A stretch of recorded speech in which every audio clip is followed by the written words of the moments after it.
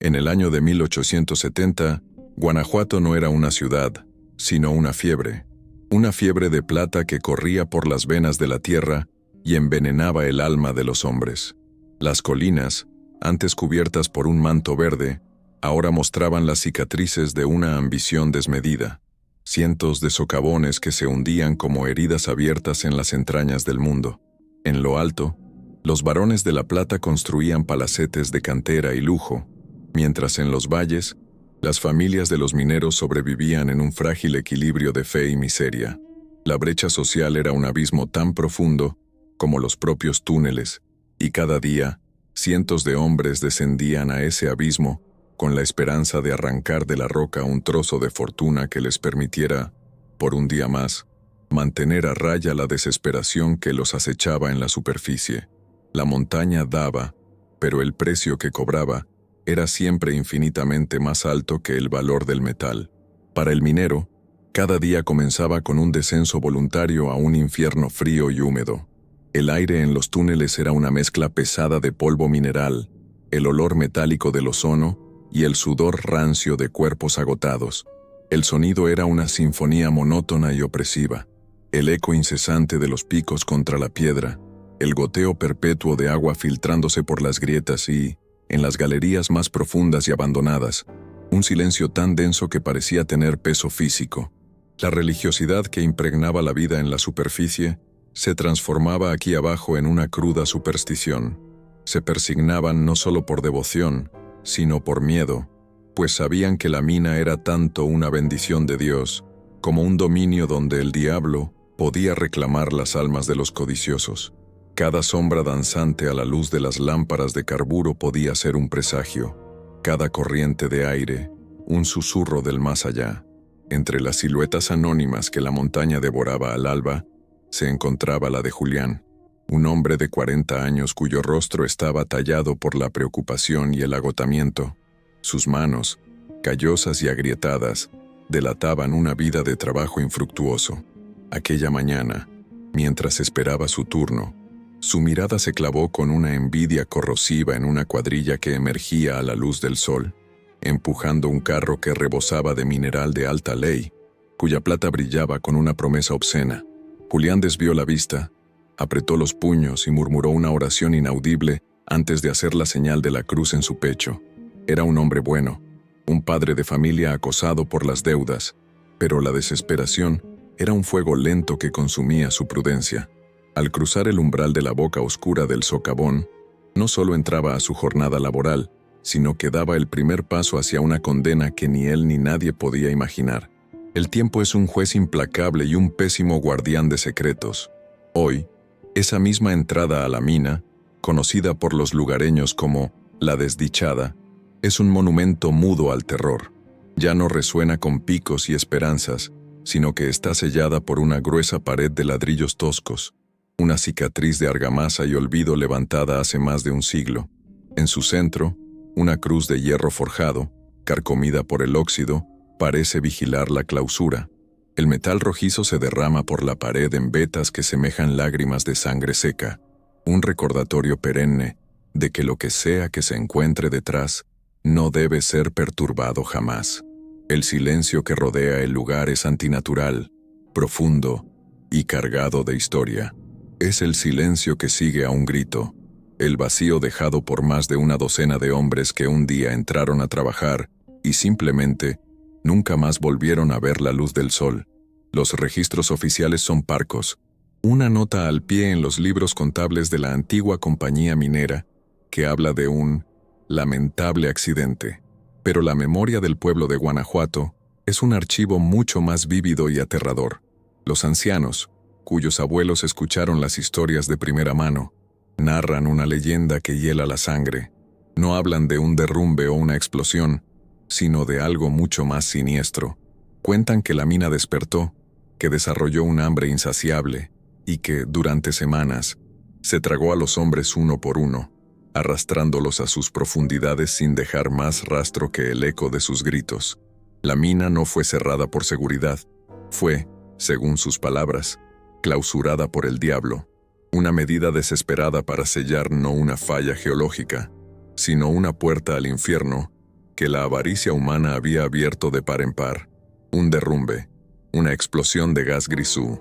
Esas son las explicaciones lógicas y convenientes que se ofrecieron para tranquilizar a una población al borde del pánico y, sobre todo, para proteger las vastas inversiones mineras de la región.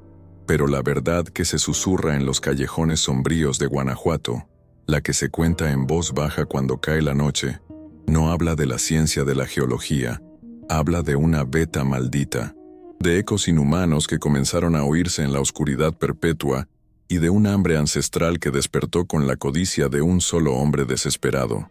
La historia que los documentos oficiales buscaron enterrar bajo capas de burocracia y negación no fue la crónica de una tragedia industrial, fue el testimonio del descubrimiento de una nueva forma de extracción, una donde los mineros ya no eran los cazadores del mineral, sino la inesperada y abundante cosecha. La leyenda de la desdichada es un eco que resuena hasta nuestros días, una advertencia grabada en piedra y óxido. Y ya que estas crónicas macabras viajan a través del tiempo y el espacio, le pedimos que deje su marca en nuestro registro. Díganos en los comentarios desde qué ciudad y en qué hora exacta se une a nosotros en esta expedición a las sombras. Con su presencia confirmada en el archivo, regresemos juntos a 1870 para ser testigos de cómo la desesperación de un hombre abrió una puerta que jamás debió ser encontrada, desatando un horror que convertiría la fiebre de la plata en una masacre silenciosa y olvidada. Para comprender la tragedia de la desdichada, debemos retroceder desde el umbral sellado y volver a la vida cotidiana que precedió al horror. El año es 1870, y la existencia de Julián se ha convertido en un ciclo de descensos a la oscuridad y ascensos a una luz que solo ilumina sus fracasos. Al salir del socavón, el sol de la tarde no era un alivio, sino un juez que le mostraba el hollín en su piel y el vacío en sus bolsillos. Su hogar, una modesta construcción de adobe en las faldas de la colina, no le ofrecía refugio, sino un recordatorio tangible de sus carencias. La puerta se abría a un silencio tenso, a la figura de su esposa, Elena, cuya mirada contenía una pregunta que Julián no se atrevía a responder. El aroma en la casa no era de comida, sino de ansiedad. Era el olor de la pobreza, un hedor mucho más penetrante que el de la propia mina.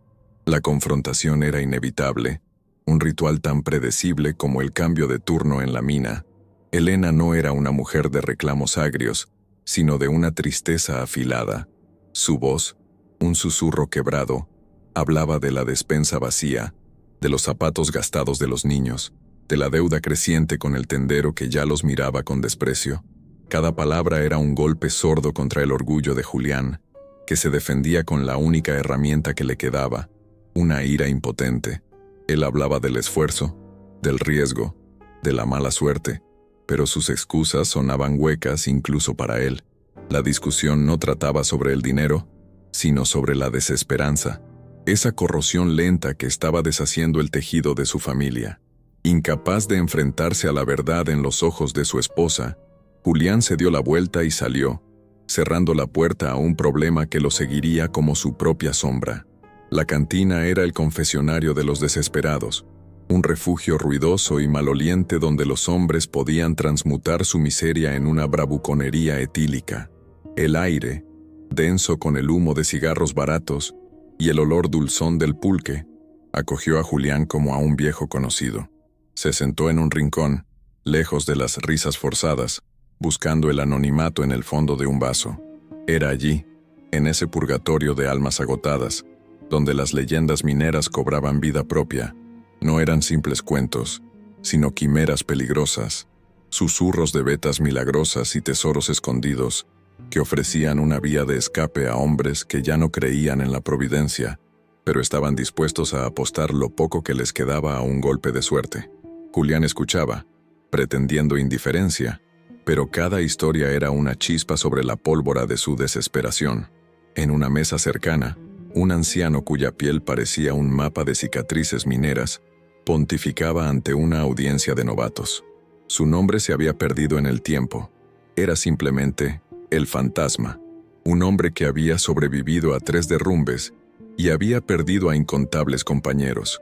Con la voz rasposa por el alcohol y el polvo de décadas, comenzó a hilar la historia de la Beta de la Luna. No era una simple leyenda para asustar a los inexpertos, sino que la contaba con una convicción febril, como si él mismo la hubiera visto. Hablaba de una sección prohibida de la desdichada, un túnel clausurado hacía casi un siglo, donde la plata no se encontraba en la roca, sino que fluía como un río blanco y puro, brillando con una luz propia en la más absoluta oscuridad. La descripción era tan vívida que el murmullo de la cantina pareció disminuir. Según relataba el fantasma, la Beta estaba protegida por algo más que rocas. Una antigua maldición pesaba sobre ella. Los pocos que, a lo largo de los años, habían desafiado las advertencias y se habían aventurado en esos túneles olvidados, habían pagado un precio terrible. Y la montaña no te da esa plata, carraspeaba el viejo, te la cambia por el juicio. Contaba que algunos nunca regresaron, sus desapariciones atribuidas a accidentes que nadie se molestaba en investigar. Otros volvían, pero sus mentes estaban rotas.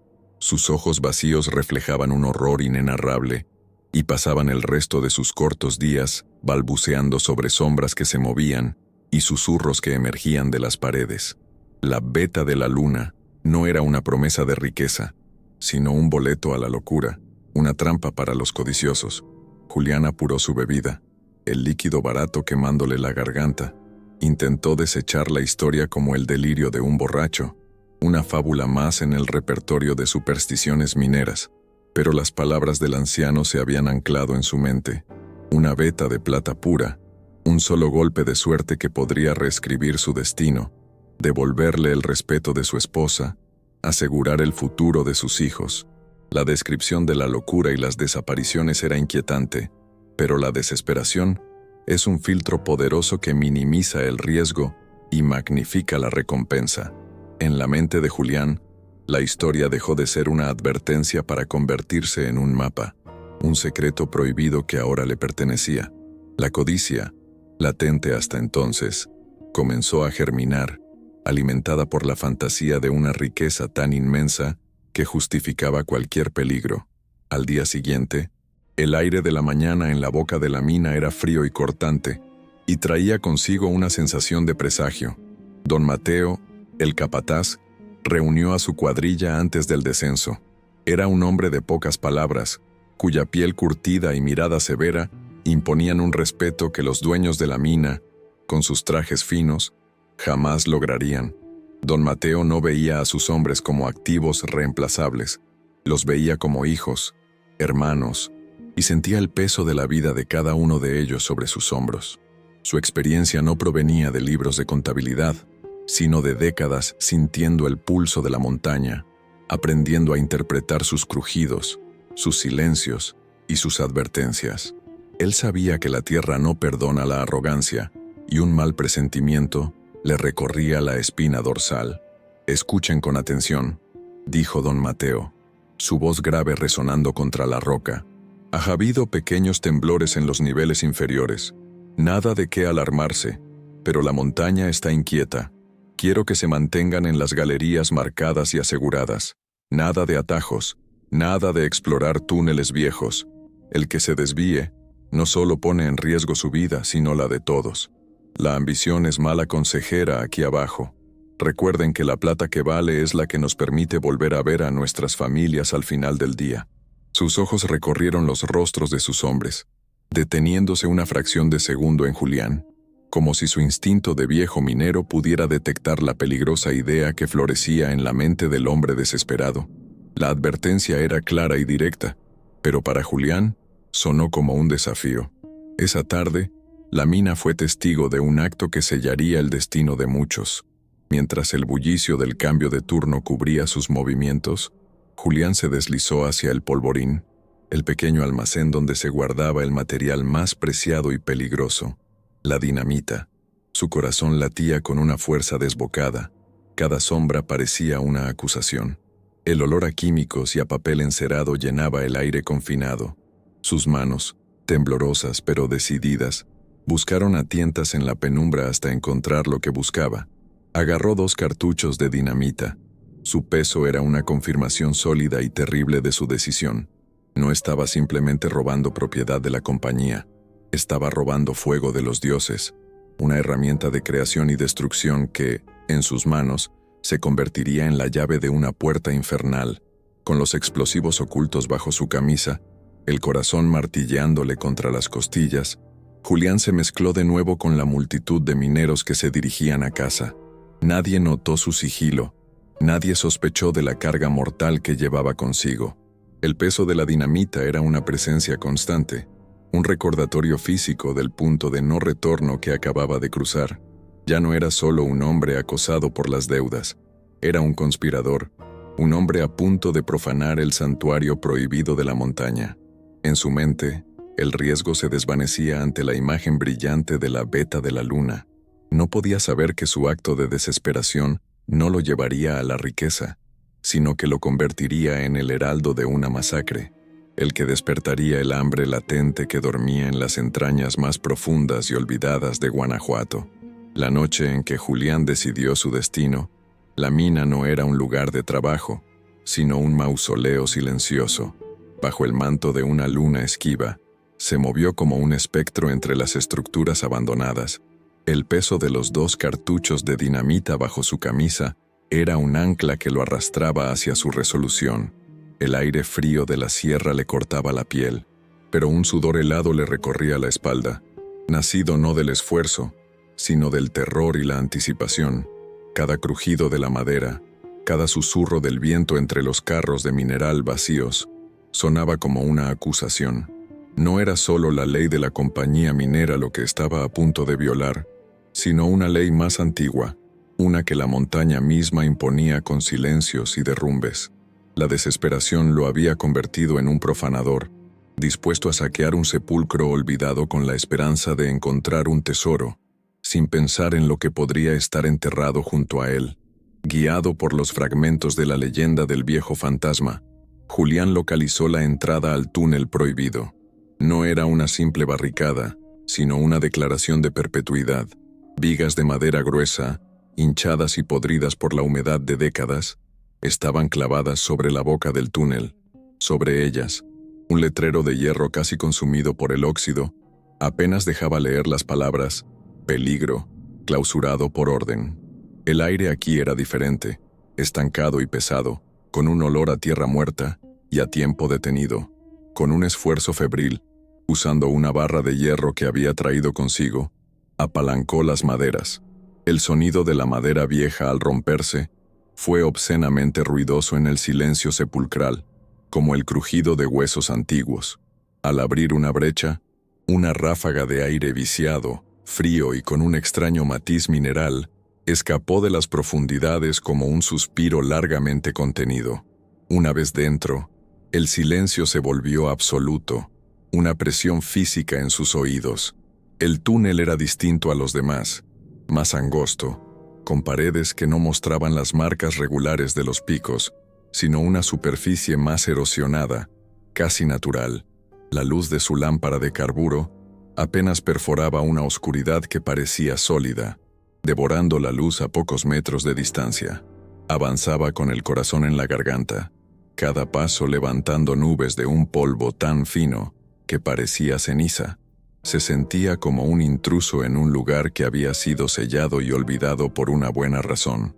Las historias de locura y desapariciones de la cantina resonaban en su mente, pero la imagen de la veta de la luna, un río de plata pura, era un sol oscuro que eclipsaba cualquier atisbo de prudencia. La codicia era su único mapa, su única brújula en un laberinto que no había sido tocado por la luz en casi un siglo. Tras lo que parecieron horas de avance cauto, llegó al final del túnel, o lo que parecía ser el final. No era un derrumbe natural, sino una pared de roca sólida que bloqueaba el paso. Sin embargo, había algo anómalo en ella, algo que hizo que el pulso de Julián se acelerara con una certeza electrizante. La formación rocosa era de un color distinto, un gris mucho más oscuro, casi negro, y su superficie, en lugar de ser áspera y fracturada, era extrañamente lisa, con unas ondulaciones que parecían casi orgánicas, como piel petrificada. No parecía una pared, Parecía un tapón, un sello deliberado. Al pasar la mano sobre su superficie fría, sintió que era aquí. Detrás de esta barrera antinatural, lo sabía con la certeza irracional de un hombre al borde del abismo, se encontraba el milagro que cambiaría su vida para siempre. Esta era la puerta a la veta de la luna. Con manos que temblaban no de miedo, sino de una euforia febril, Julián preparó la carga. Sacó los cartuchos de dinamita. Su tacto ceroso era la promesa de una violencia inminente. Trabajó con la pericia de un minero, pero con la devoción de un sacerdote realizando un ritual prohibido. Perforó la roca con un cincel y un martillo. Los golpes secos y metálicos eran los únicos sonidos en el universo. Colocó los explosivos con un cuidado meticuloso, insertó la mecha y el detonador. Por un instante, se detuvo. En su mente vio el rostro de Elena, ya no lleno de reproche, sino de asombro y alivio. Vio a sus hijos con ropa nueva, con comida en la mesa. Este acto de destrucción, se dijo, era un acto de creación. Era la única manera. Encendió la mecha. La pequeña chispa siseante era una serpiente de fuego que se arrastraba hacia el corazón de la oscuridad, y corrió para ponerse a cubierto. La detonación fue un golpe sordo y brutal que sacudió la tierra bajo sus pies. No fue un estruendo agudo, sino un quejido profundo y gutural de la montaña misma, como si hubiera sido herida de muerte. Una lluvia de piedras y polvo lo golpeó mientras se acurrucaba contra la pared del túnel. El aire se llenó de un olor acre a azufre y roca pulverizada. Luego, el silencio regresó, pero era un silencio diferente, roto y expectante. Julián permaneció inmóvil durante largos minutos, escuchando el goteo de pequeñas rocas y el asentamiento de la tierra. Su corazón latía con una fuerza descontrolada. El humo y el polvo eran tan densos que no podía ver nada. Lentamente, se levantó, alzando su lámpara.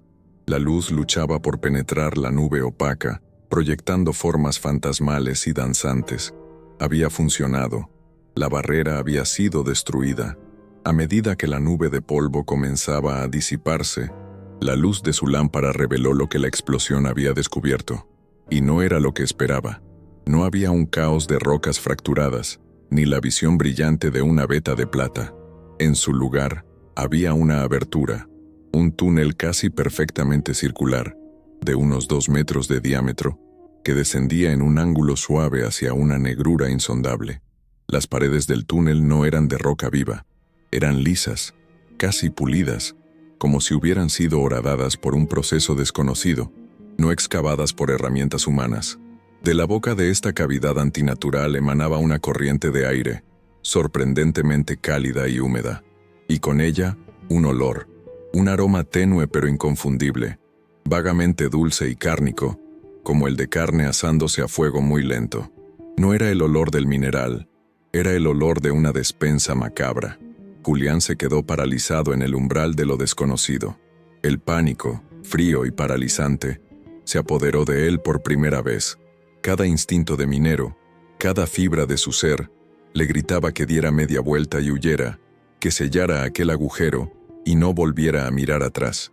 El túnel no era natural, el olor era una abominación, pero entonces, el veneno de la codicia, más potente que cualquier miedo, volvió a hacer efecto. ¿Y si este era el camino? ¿Y si la veta de la luna era tan rica que afectaba el aire a su alrededor? Se aferró a la explicación más desesperada. Se convenció de que la leyenda era real y que el tesoro estaba a solo unos pasos. Pensó en la mirada de su esposa, en la deuda, en la humillación. Volver con las manos vacías era una muerte más lenta y segura. Con un juramento ahogado, ajustó la llama de su lámpara y dio el primer paso hacia la oscuridad cálida y maloliente.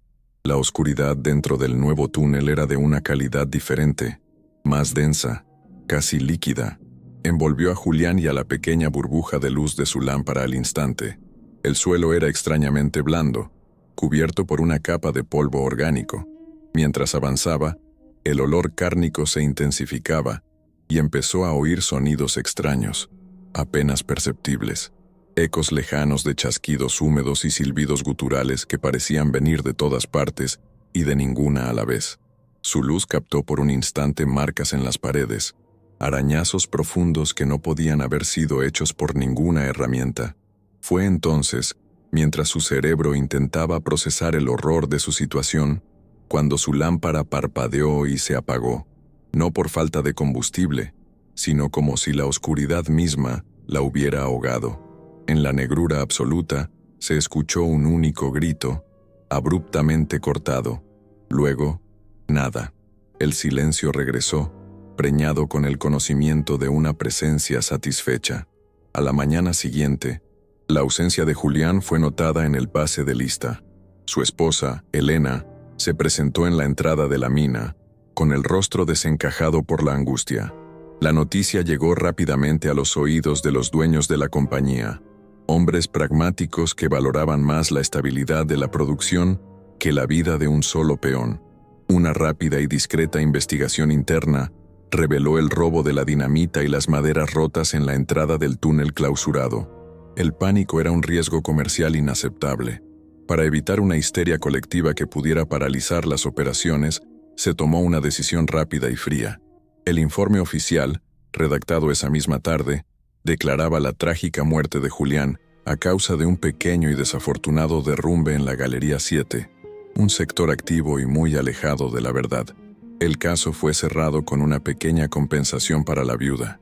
La primera pieza del dominó había caído en el más absoluto y calculado de los silencios.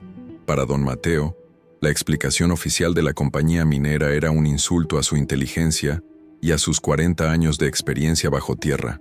El pequeño derrumbe en la Galería 7 era, en realidad, un montón insignificante de escombros que un solo hombre podría haber despejado en menos de una hora.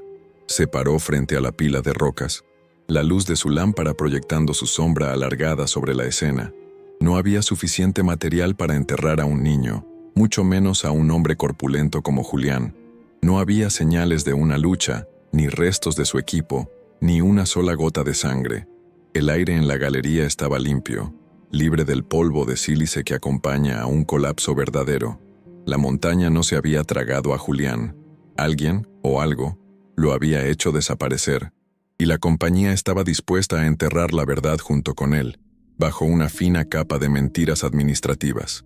La sospecha de Mateo, inicialmente una brasa humeante en su conciencia, se convirtió en un fuego helado 2 semanas después. Un joven minero llamado Ricardo, un muchacho de apenas 18 años al que Mateo había tomado bajo su protección, no regresó de su turno. La última vez que lo vieron, trabajaba en una galería adyacente a las 7, afilando sus herramientas antes de dirigirse a un frente de trabajo solitario. La historia se repetía con una simetría aterradora. Otra desaparición, otra explicación conveniente. Los supervisores hablaron de la irresponsabilidad de la juventud, sugiriendo que Ricardo probablemente había desertado para buscar fortuna en otra parte. Pero Mateo sabía la verdad en sus huesos. La montaña no estaba inquieta, estaba cazando, y el patrón de caza era cada vez más claro, acercándose al epicentro de la profanación de Julián, como ondas en un estanque oscuro. La mina, antes un lugar de trabajo ruidoso y camaradería, se transformó en un laberinto de miedo y desconfianza. El silencio en los túneles se volvió más pesado, cargado de las preguntas que nadie se atrevía a formular en voz alta. Los hombres comenzaron a trabajar en grupos apretados, sus miradas saltando hacia cada sombra, sus oídos atentos al más mínimo sonido fuera de lugar. El eco de los picos se volvió más errático, interrumpido por largas pausas de escucha nerviosa. Algunos de los veteranos, hombres que habían enfrentado derrumbes y explosiones sin pestañear, se negaron a bajar, prefiriendo enfrentar la ira de los capataces a la amenaza invisible que ahora sentían palpitar en la oscuridad. La producción de plata se desplomó, pero una paranoia helada era lo único que ahora se extraía de las entrañas de la desdichada. Fue durante este tiempo que el olor se convirtió en una presencia innegable. Ya no era un aroma vago y esporádico, ahora era una constante en las corrientes de aire de los niveles más bajos, un hedor nauseabundo y dulzón que se adhería a la ropa y al fondo de la garganta. Era el olor de la carne cocinándose, pero con un matiz extraño, salvaje y ligeramente rancio, como si la cocción se hiciera sobre un fuego impuro. Los mineros lo olían y se persignaban, murmurando que el diablo estaba preparando un festín en las profundidades. Don Mateo, sin embargo, era un hombre práctico. No olía a azufre ni maldad sobrenatural, olía a una carnicería, y la persistencia de ese aroma le indicaba que el matadero subterráneo estaba operando de forma continua, procesando una cosecha que él empezaba a temer demasiado bien. Con la evidencia de sus sentidos y la carga de 2 hombres desaparecidos sobre su conciencia, don Mateo se enfrentó al administrador principal de la mina, un hombre llamado Agustín Ramírez, cuya única experiencia minera consistía en leer informes de producción. En la oficina opulenta, que contrastaba grotescamente con la miseria de los túneles, Mateo expuso sus hallazgos: el derrumbe falso, el patrón de las desapariciones, el olor inexplicable. Ramírez lo escuchó con una paciencia condescendiente, tamborileando sus dedos sobre una mesa de caoba pulida. Desestimó las preocupaciones de Mateo como el producto del estrés y la superstición de la clase trabajadora. Los hombres se pierden, Mateo, dijo con frialdad. Se caen, desertan. Es la naturaleza de este negocio. No vamos a detener la operación por los delirios de un capataz demasiado sentimental. La negativa de Ramírez fue la confirmación que Mateo necesitaba. La compañía no era ignorante del peligro, era cómplice de su encubrimiento. Si la verdad iba a salir a la luz, no sería a través de los canales oficiales. Esa misma noche, armado con un juego de llaves maestras que había guardado durante años y una lámpara de aceite, Mateo se dirigió al lugar más olvidado de todo el complejo minero, el archivo. Estaba ubicado en un sótano debajo de la oficina principal, un lugar que no había sido abierto en décadas. La cerradura oxidada se dio con un chirrido agudo, y al abrir la puerta, fue recibido por una bocanada de aire viciado, el olor a papel en descomposición y el silencio absoluto de la historia abandonada. Aquí, entre los fantasmas de la burocracia pasada, esperaba encontrar el testimonio que los vivos se negaban a dar. El archivo era una tumba de papel. Estantes de madera se combaban bajo el peso de incontables legajos, atados con cuerdas que se deshacían al tacto. Una capa de polvo tan gruesa como un sudario cubría cada superficie, registrando el paso de los años en una estratigrafía de negligencia. La luz de la lámpara de Mateo danzaba sobre los lomos de los libros de contabilidad, revelando caligrafías elegantes que detallaban las ganancias y pérdidas de generaciones de hombres muertos. Se sentía como un profanador, perturbando un descanso que había sido intencionalmente impuesto. Sabía que buscaba algo relacionado con el túnel sellado, una anomalía, una nota al margen que pudiera explicar por qué había sido condenado con tanto celo hace casi un siglo. Su búsqueda no era de números, sino de una verdad enterrada. Durante horas, Mateo se sumergió en el pasado, sus manos ennegrecidas por el polvo y la tinta desvanecida. Revisó libro tras libro, mapa tras mapa, sus ojos recorriendo registros de accidentes, listas de salarios y reportes geológicos que se desmoronaban en sus manos. La frustración comenzaba a sentarse cuando su mano tropezó con algo que no era papel. En el estante más bajo, oculto detrás de una pila de libros de salarios, había un cofre de madera reforzado con hierro, cerrado no con un candado, sino con un sello de cera quebradizo que llevaba el emblema de la orden franciscana. Era un anacronismo, una reliquia de una época en que la minería era tanto un acto de fe como de industria.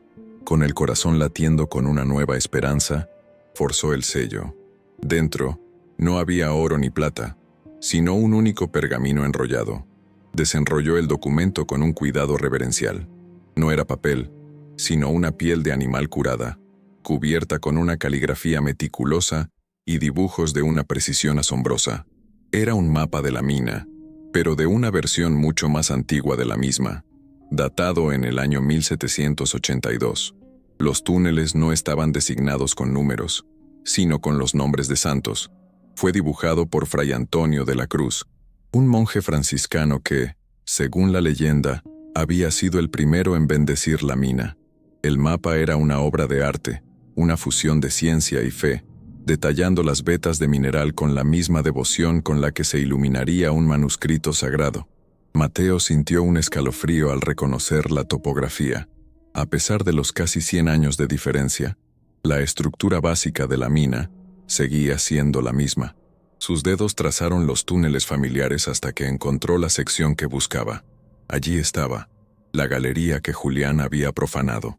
En este mapa antiguo, llevaba el nombre de El Socavón del Silencio. La representación era precisa, mostrando su longitud y su terminación abrupta contra una formación rocosa. Pero sobre toda la sección, alguien, presumiblemente el propio Fray Antonio, había dibujado una cruz tosca y gruesa con una tinta de un rojo sangre que aún parecía húmeda a la luz de la lámpara.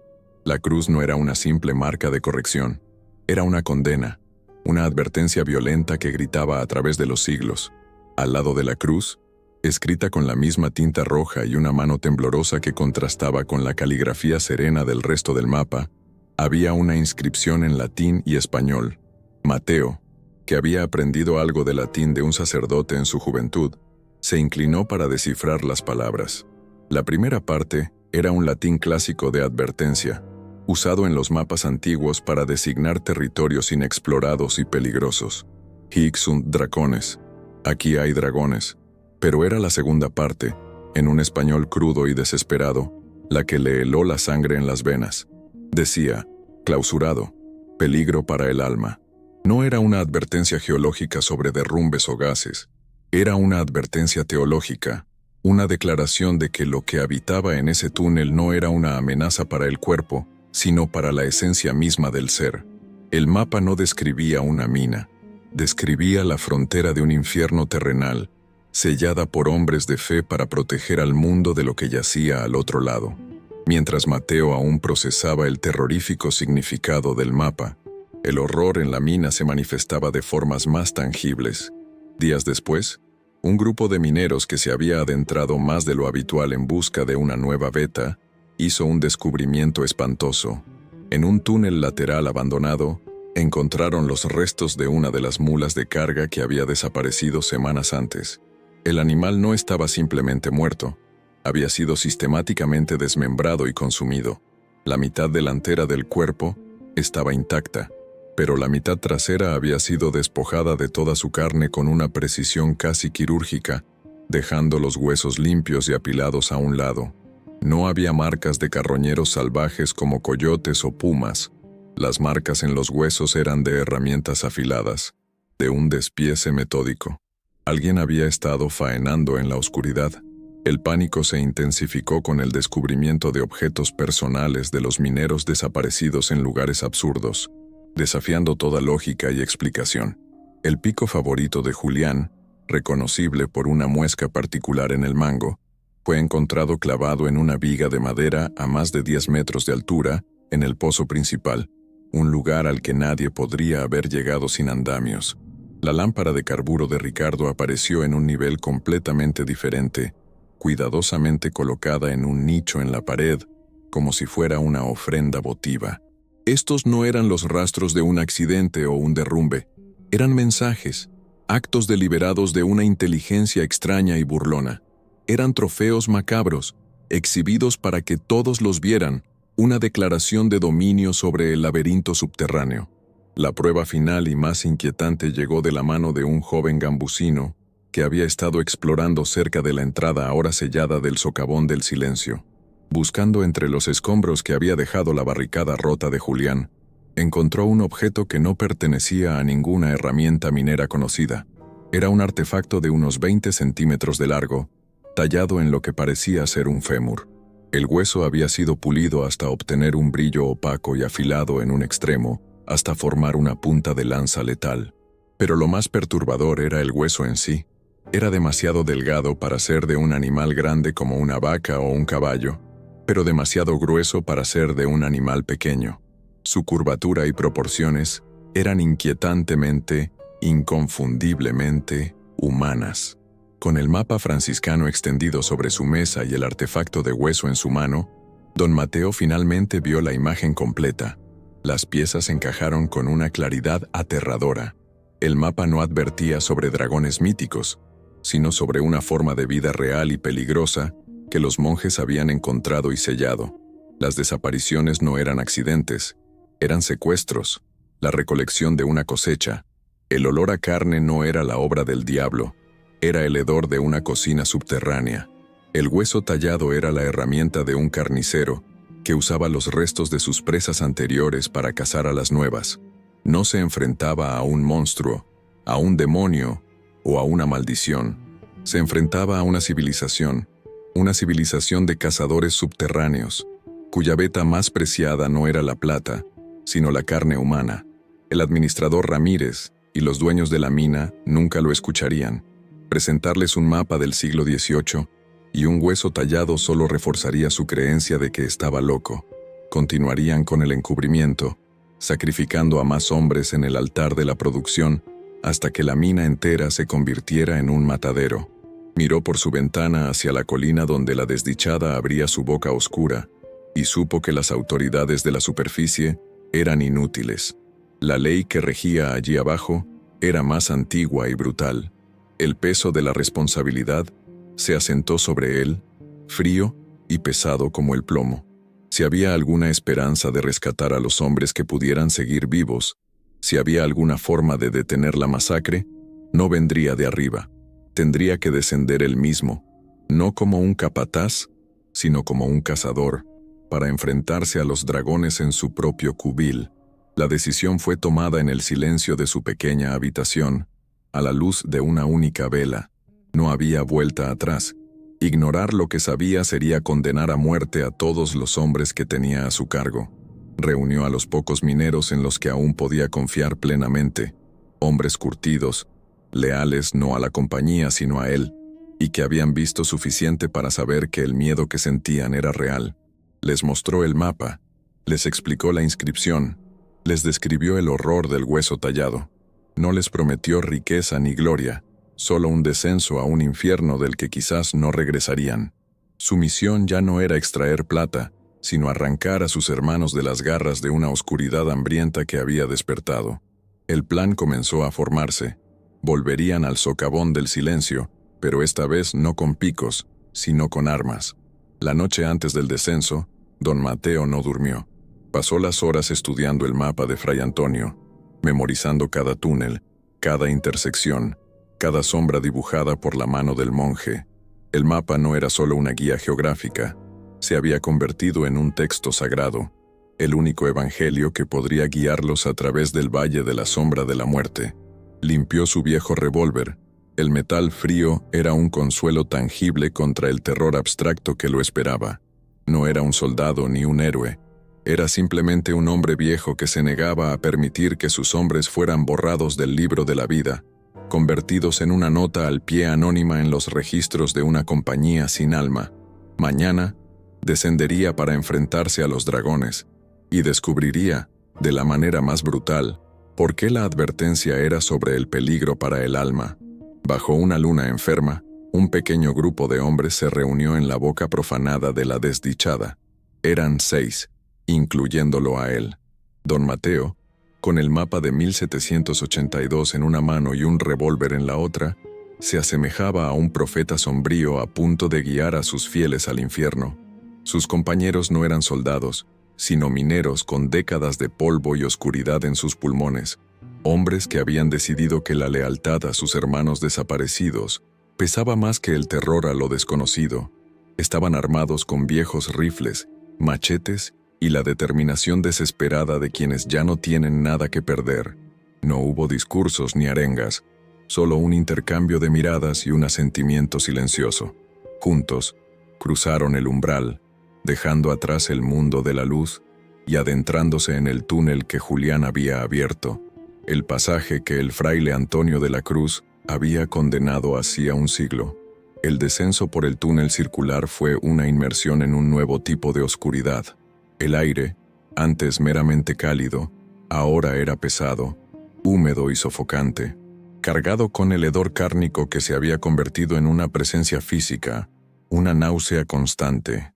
El suelo bajo sus pies era blando y orgánico, una alfombra de detritos acumulados durante siglos de vida subterránea. El silencio estaba poblado por sonidos que se filtraban desde las profundidades. El eco lejano de chasquidos húmedos, como el de lenguas en un paladar seco, y silbidos agudos que parecían rebotar en las paredes lisas del corredor. La luz de sus lámparas parecía débil, anémica, como si luchara por existir en una atmósfera que activamente intentaba extinguirla. Avanzaban en fila india, con los rifles preparados, cada hombre sintiendo la respiración del que le precedía como un frágil ancla a la cordura. Tras un descenso que pareció durar una eternidad, el estrecho túnel se abrió abruptamente, vomitando al pequeño grupo en una caverna de una escala inconcebible. El espacio era tan vasto que el techo se perdía en una negrura impenetrable, mucho más allá del alcance de sus lámparas. Pero la caverna no estaba oscura. Una luz fantasmal, un resplandor azul y verdoso, emanaba de vastas colonias de hongos bioluminiscentes que crecían en las paredes, el suelo y en extrañas formaciones rocosas que se elevaban como árboles petrificados. La luz era fría, muerta, y bañaba la escena en una paleta cromática de pesadilla, revelando los contornos de lo que solo podía describirse como una ciudad, una metrópolis de las profundidades, construida en el corazón de una oscuridad que nunca había conocido el sol. El asombro inicial fue rápidamente suplantado por un terror primordial. Lo que sus ojos veían desafiaba toda razón. No era una ciudad de piedra y argamasa, sino una necrópolis viviente. Las estructuras que se alzaban en el suelo de la caverna estaban talladas en la propia roca, o construidas con un material pálido y poroso que, al observarlo más de cerca, reveló ser huesos de animales y, sin duda, humanos. Estaban entrelazados con madera podrida y lianas subterráneas para formar viviendas, plataformas y puentes que cruzaban abismos oscuros. Era una arquitectura de la necesidad y la locura, el testimonio de una cultura que utilizaba los restos de su sustento como material de construcción. Por todas partes, se movían figuras pálidas y desnudas, sus siluetas apenas distinguibles en la luz fúngica, sus movimientos rápidos y sigilosos como los de insectos en un nido perturbado. El sonido también había cambiado. Los chasquidos y silbidos que habían oído en el túnel ahora eran una cacofonía constante. El lenguaje de esta civilización perdida era una comunicación gutural, animal, que llenaba el aire vasto de la caverna con una sensación de actividad febril y organizada.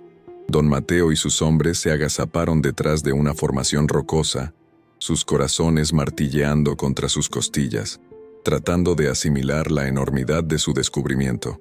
Esto no era una guarida de monstruos, era una sociedad entera, con su propia estructura, su propia arquitectura, su propia y terrible forma de vida.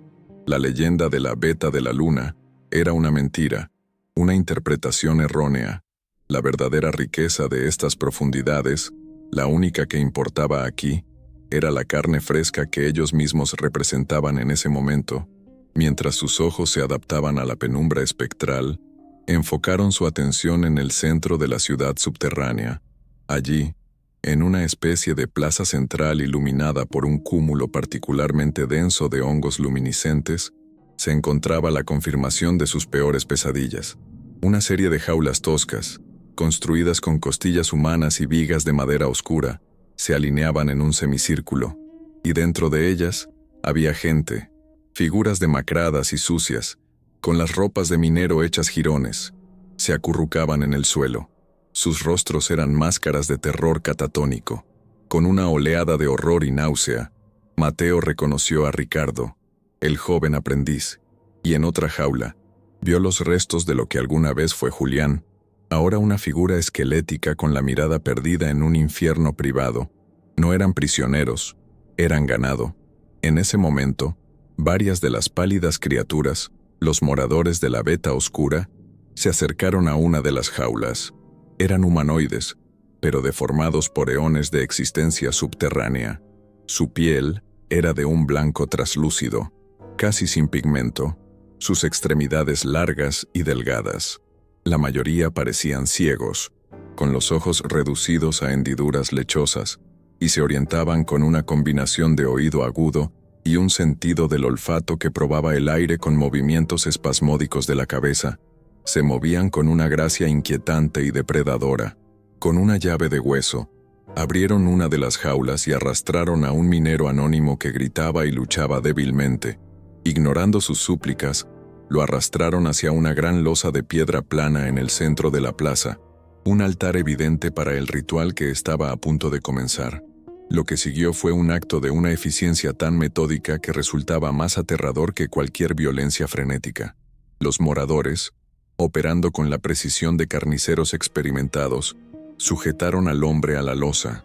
No había ira en sus acciones, ni malicia, solo una concentración práctica, como si realizaran una tarea rutinaria. Uno de ellos, aparentemente de mayor jerarquía por los adornos de huesos que llevaba, levantó una herramienta similar a un cuchillo, tallada en un fémur afilado. El grito del minero fue ahogado por el sonido húmedo y nauseabundo del primer corte. Ante los ojos horrorizados de Mateo y sus hombres, los moradores comenzaron a desmembrar al cautivo, no como un sacrificio, sino como el despiece de un animal para el consumo. La escena estaba bañada en la luz azulada de los hongos, transformando la masacre en un cuadro surrealista y profano. La visión fue demasiado para uno de los hombres de Mateo, un veterano llamado Ismael. Un sollozo ahogado escapó de su garganta, seguido por el estruendo ensordecedor de su rifle al dispararse. Un acto reflejo de puro horror. El sonido de la detonación fue una blasfemia en la quietud ritual de la caverna. Por un instante, todo se congeló. El tiempo mismo pareció detenerse. Luego, como un nido de avispas pateado, la ciudad subterránea explotó en una furia caótica. Cientos de cabezas pálidas se giraron al unísono hacia la fuente del sonido, y un coro de chillidos agudos y furiosos resonó en la vasta cúpula. El elemento sorpresa, su única y frágil ventaja, se había hecho añicos. En un abrir y cerrar de ojos, los cazadores se habían convertido en la presa acorralada. La respuesta de los moradores fue instantánea y aterradora. No cargaron en una oleada suicida. En cambio, se desvanecieron. Utilizando su conocimiento absoluto del terreno, se escabulleron por grietas en el suelo, treparon con una agilidad arácnida por las paredes y desaparecieron en las sombras de sus construcciones de hueso. El espacio abierto frente a los mineros quedó repentinamente vacío, pero la amenaza se había multiplicado, volviéndose invisible y omnipresente. Los hombres de Mateo formaron un círculo defensivo, espalda con espalda, sus rifles apuntando a las sombras danzantes. El aire estaba cargado de una tensión insoportable, rota solo por los gemidos de los hombres en las jaulas y el eco de los chillidos de caza que ahora provenían de todas las direcciones a la vez. Estaban rodeados por fantasmas de carne y hueso. La primera baja fue rápida y silenciosa. Un morador surgió de una grieta en el suelo justo detrás de Ismael, el hombre que había disparado. Una lanza de hueso se hundió en su espalda antes de que pudiera gritar. Fue arrastrado a la oscuridad en un instante, su lámpara cayendo y apagándose en el suelo. El pánico se apoderó del grupo. Los disparos comenzaron a sonar, esporádicos y desesperados, iluminando brevemente los rostros pálidos y las fauces abiertas de los atacantes que aparecían y desaparecían. Luchaban contra un enemigo que era uno con la oscuridad, una especie perfectamente adaptada a este entorno de pesadilla. Cada sombra era un posible punto de emboscada, cada eco, un presagio de un ataque inminente. El hedor a pólvora quemada se mezcló con el olor a sangre fresca y a carne cocinada, creando el perfume del infierno. En medio del caos, don Mateo comprendió la terrible verdad que el mapa franciscano solo había insinuado. Aquellos seres no eran demonios, sino los descendientes de una antigua expedición minera, quizás prehispánica, que había quedado atrapada por algún cataclismo hacía siglos. Aislados de la luz del sol y de cualquier fuente de alimento, habían involucionado, adaptándose a la oscuridad perpetua. Su canibalismo no era un acto de maldad, sino la única lógica posible para la supervivencia en un ecosistema cerrado, donde la única proteína nueva era la que caía accidentalmente desde el mundo de arriba. Eran el resultado final y monstruoso de la propia tierra, reclamando y transformando a los hombres que se habían atrevido a penetrar demasiado profundo en sus entrañas. La batalla era una carnicería sin sentido. 2 hombres más cayeron, abrumados por la superioridad numérica y táctica de los moradores. Los rifles eran poderosos pero inútiles contra un enemigo que atacaba desde 10 direcciones a la vez y se retiraba a la seguridad de túneles secretos. La luz de sus lámparas creaba más sombras de las que iluminaba, convirtiéndose en un faro para sus atacantes. Mateo vio la futilidad de la lucha. No podían ganar. No podían rescatar a los prisioneros. La única opción que quedaba era la supervivencia. Escapar para contar la historia, para sellar la tumba y asegurarse de que nadie más sufriera este destino. Gritó la orden de retirada, su voz casi ahogada por el estruendo de la batalla y los chillidos de las criaturas. Agarrando a los dos únicos supervivientes de su grupo, ambos heridos y en estado de shock, Mateo comenzó una retirada desesperada hacia el túnel por el que habían entrado. Disparaban a ciegas detrás de ellos, tratando de frenar la persecución de las figuras pálidas que saltaban y se arrastraban en su persecución. La huida fue una carrera borrosa a través de la ciudad de hueso, pasando junto a las jaulas donde los ojos de los condenados los seguían con una mezcla de esperanza y resignación.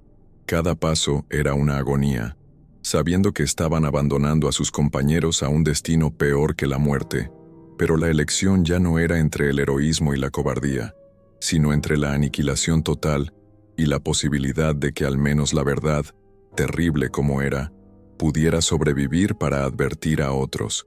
La ascensión fue un calvario de pulmones ardientes y músculos desgarrados.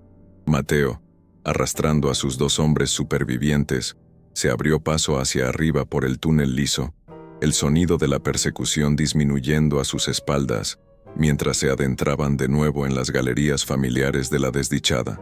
Emergieron del agujero profano como hombres renacidos en un purgatorio, cubiertos de sangre, polvo y el sudor de un terror que había quemado sus almas.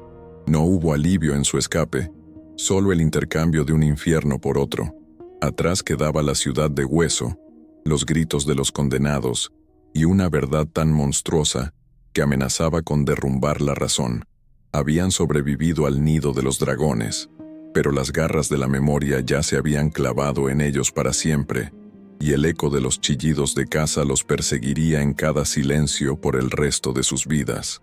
Apoyado contra la pared fría del túnel, con el corazón resonando como un tambor fúnebre, Mateo supo con una claridad terrible que su misión no había terminado. Escapar no era suficiente. Dejar esa puerta abierta era condenar no solo a la mina, sino quizás al mundo de la superficie. Sacó de su morral los cartuchos de dinamita que habían guardado como último recurso. No hubo deliberación. Sus compañeros, con las miradas vacías por el trauma, observaron en silencio mientras él preparaba la carga. Sus movimientos eran los de un sacerdote en un rito final y terrible. Cada acción estaba impregnada del peso de los hombres que abandonaba abajo.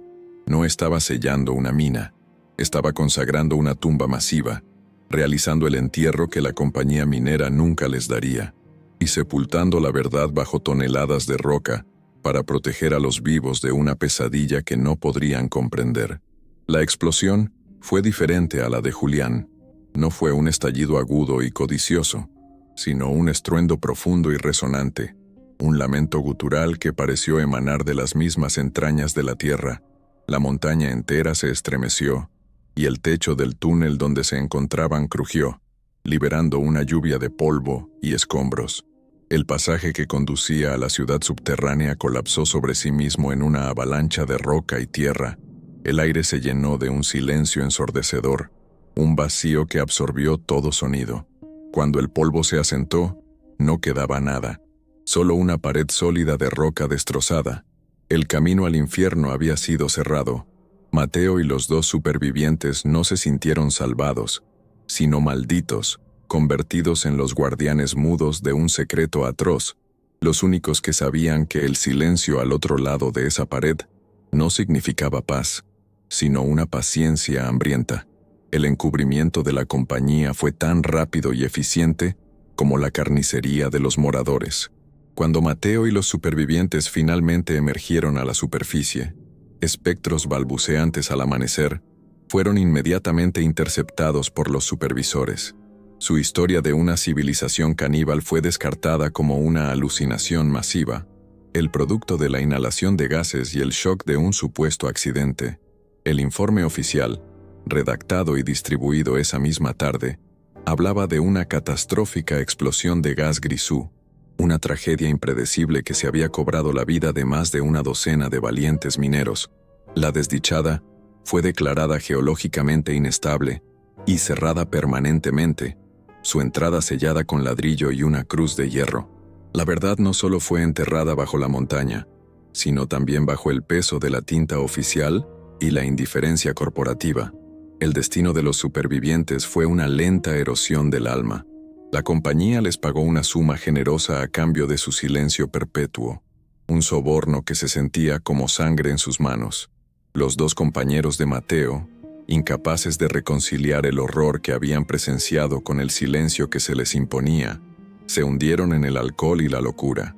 Se convirtieron en los borrachos del pueblo, sus advertencias fragmentadas sobre hombres pálidos y ciudades de hueso, desestimadas como los delirios de mentes rotas.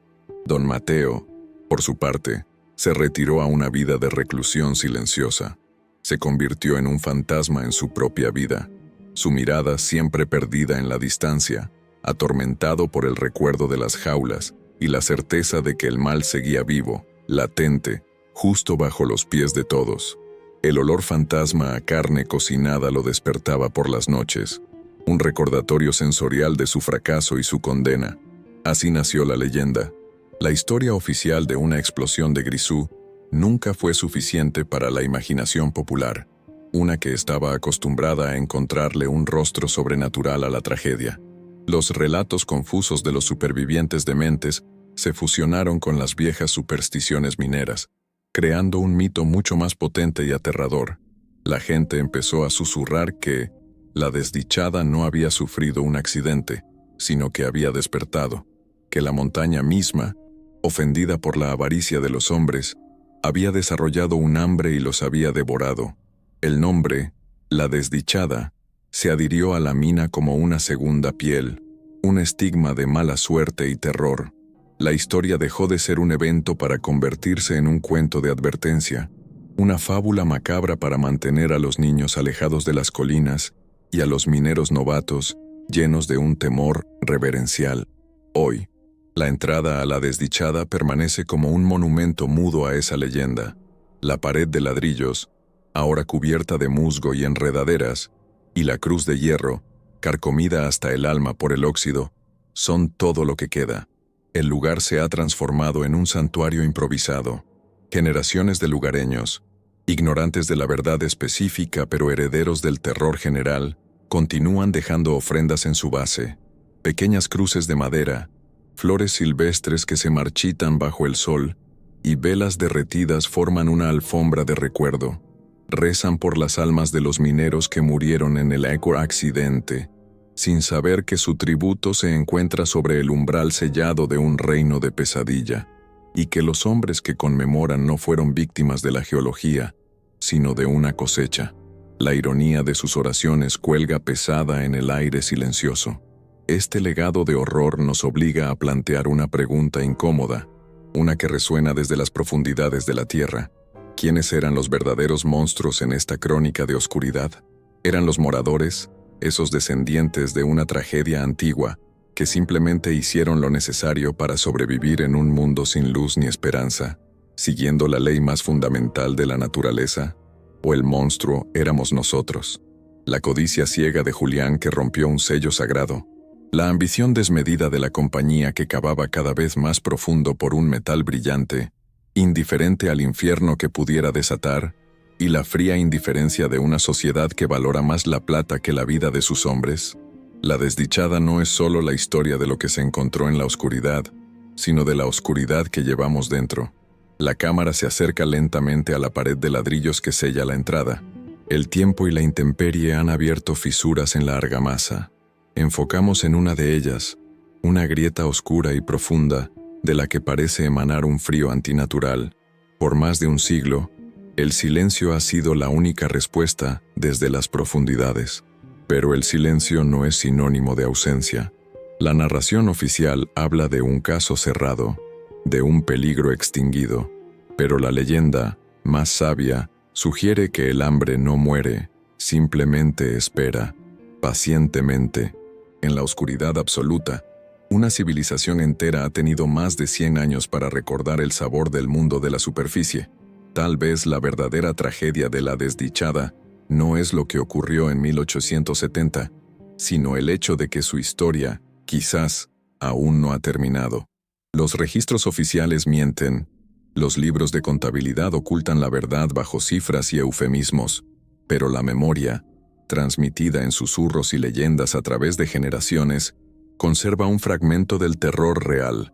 Nuestro archivo existe para reunir estos fragmentos, para asegurar que las crónicas de hombres como Mateo, que descendieron al infierno, y de aquellos olvidados en las jaulas, no sean borradas por el tiempo ni por la conveniencia. El acto de recordar es un acto de justicia para los que ya no tienen voz, para garantizar que los capítulos más sombríos de nuestra historia nunca sean olvidados. Inscríbase y ayúdenos a preservar el archivo de las sombras.